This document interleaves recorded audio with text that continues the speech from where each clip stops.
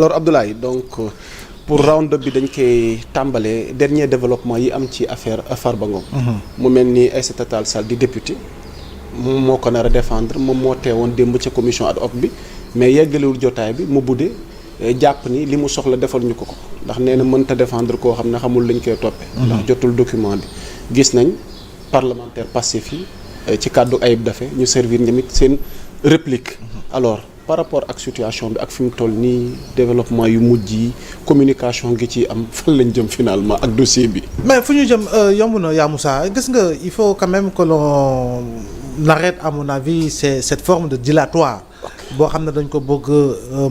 imposer ou en tout cas gëmloo ko Sénégalais yi alors qu'il y a un dossier qui est là. Exactement. Il y a un dossier. Est-ce que le dossier existe ou est-ce que le dossier n'existe pas? Le dossier existe bel et bien. Il y a un rapport de la cellule nationale de traitement des informations financières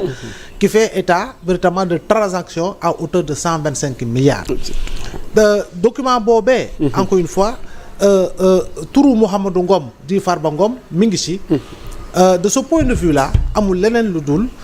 moom su doon véritablement li muy woote dëgg engagement patriotique bi servir son pays député du peuple et tout je pense que da ngay dem nga jébal sax sa bopp su fekkee ni dëggantaan tu n'as rien à te reprocher il faut nga dem jébal sa bopp pour que véritablement mbir mi leer mais je dis encore une fois procédure bi nga xam ne Assemblée nationale enclenché na ko depuis la saisine du garde des Sceaux li ñu fa tegugum yëpp si président bi conférence des présidents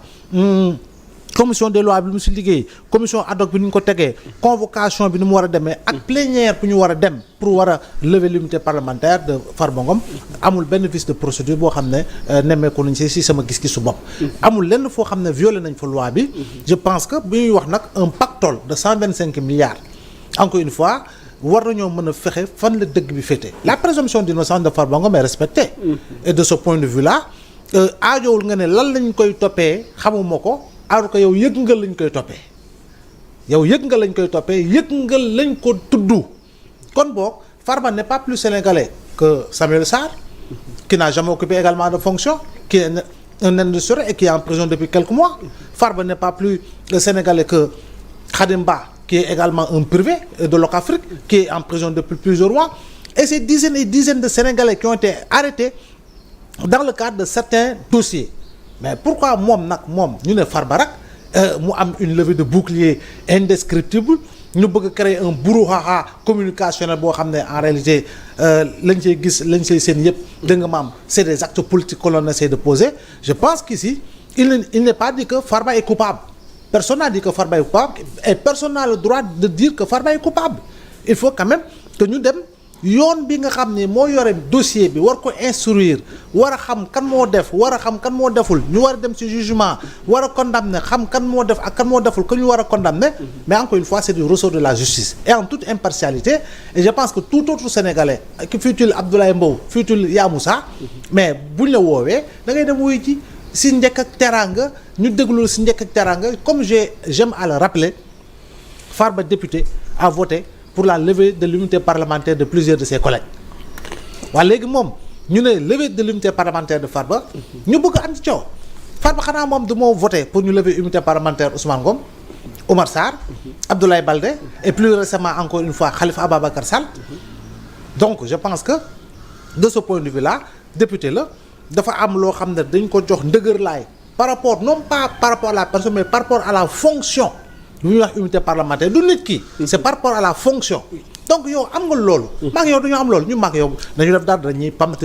jagatee ñu yóbbu ñu donc mbaadu dootuñ ko defati voilà donc il faut quand même que ñu ñuy gisee ko noonu xam ni effectivement yoon moo def liggéeyam nañu bàyyi yoon def liggéeyam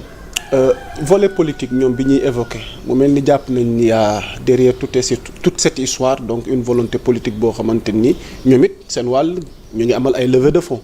donc ay nitam ñu ngi mobiliser wu jàpp ni dañu war a apporter tamit une réponse politique donc ndax glissement politique dafa am ci mbir mi Abdoulaye. non xam nga glissement politique buy am si côté ñuy jiiñ la très sincèrement.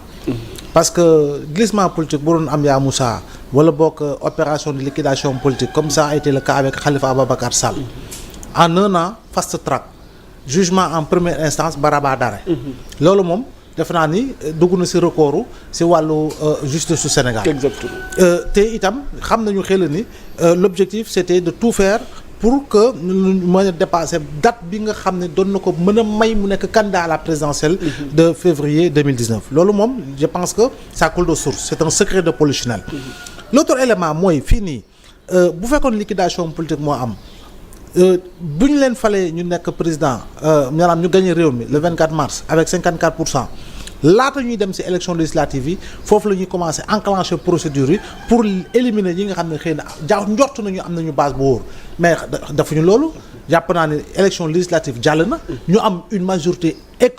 absolue écrasante et à tout point de vue mais ñu doo ko commencer li nga xam ne moo di procédure judiciaire yi mais koo xam ne da nga ko yenn ba ci kaw dóor ko ci suuf avec 130 députés sur les 165 jàpp naa ni foofu pour ñu xalaat glissement politique si sama gis-gisu bopp dina jafe te bu ñu xalaatee tamit lu jëm si liquidation politique dina jafe pour mu gëm loolee parce que il y a pratiquement rien devant nous si li nga xam ne mooy diir bi nga xam ne diir bi na gën a gàtt la léegi bu ñu nee levée de fonds na ñoo mobiliser dégg naa ñu ne am nañu 19 millions mais je pense que dégg nga maam am na loo xam ne junj doy na boroom xel 19 millions yi dañuy jot ni am na fu mu jógee yaa ngi dégg. Abdoulaye lu tax doo jàpp ne ay nitam. ay militants soppeem ay ñoo mobilisé wu. mais attends def li ñenn ñi daan def. mais quand tu es dans une localité. ñu xam ni instant bi nii qui est assez éprouvé quand même. comme d'autres localités ak jamono ñu mu xaw a tar tuuti. ñu ne côté boobee noonu levé nañu def nañu levée de fonds 19 millions. Man dina ma xaw a jaaxal parce que. ku ñu gis mooy ki nga xam ne jiñ nañ ko moo nekkoon ci otoom yëg di sànni ay xaalis yore otoom di sànni ay xaalis gis nga nit ñi ñu doon dawee di for donc jàpp naa ni nag foofu pour ñu def levée de fonds boobu noonu mun na nekk ci ay militants qui sait jógee feneen ak feneen mais encore une fois situation bi daal daf may pousser véritablement à être assez dubitatif par rapport véritablement au fait que ñu ne non levé nañu fonds nangam sangam rassemblé nañu 19 millions dañuy jàpp ni effectivement xëy na nit ki ci wàllu boppam wala ay yenn jege ñaaleem yoo xam ne bokkee nañu ci yeneen boor xëy na ñoo mobiliser xaalis pour véritablement mën ko jàppale ku mu neex nag jàppale ko la neex encore une fois moo xam nga jàpp ni mi ngi ci yoon moo xam nga ñàkk jàpp ni nekkul ci yoon ku mu neex jàppale ku la neex c'est ton droit le plus absolu kooku mënuñu ci mere kenn mënuñu ko bañal kenn il faut que nit koo gis même ki nga xam ne sax bandit de grand chemin la ñëpp ràññee ni bandit de grand chemin la am na ñu ko jàppale donc loolu c'est dans l'ordre normal des choses mais fu mu toll nii tey levée de fonds 19 millions c'est pour mener quel combat en réalité man c'est ça mon problème c'est pour mener quel combat quelle forme de combat pour organiser des meetings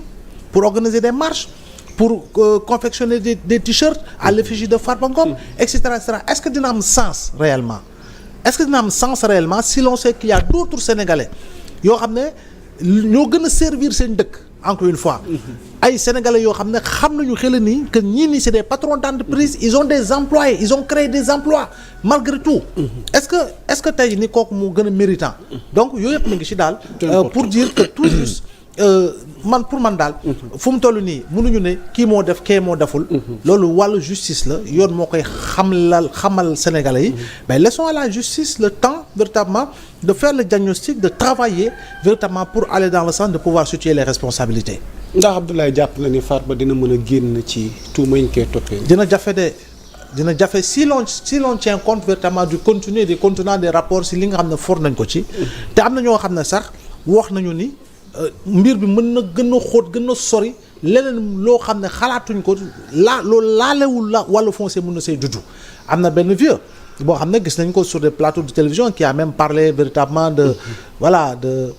drogue ak yu demoon noonu dëgg la am du dëgg bon je ne saurais l'affirmer parce que su boobaa nag ma tooñ jàmbur gi mais dans tous les cas ñeneen yëkkati nañu ay kàddu wax ni bu ñu xuusee en réalité orientation bi du foncier kese comme ni mu doon toogee di wax ni man dama foqale ci suuf man suuf fële ma am suuf fële mais transaction mënuñu jàpp ni ci suuf ci 12 ans war na mën a yegg si li nga xam ne moo di ay centaine de milliards mieux encore du ñu jàpp ni nit ki si lu ñu doon dégg ñu koy wax ni sàcc nañu biir këram saagu 600 millions xaw ma 800 millions yoo loolu jàpp naa ni nag kër gu ñuy denc ay saagu xaalis moom tamit loolu il faut quand même comme dina éveiller véritablement des soupçons par rapport ak provenance su xaalis boobu noonu parce que véritablement de l'argent licite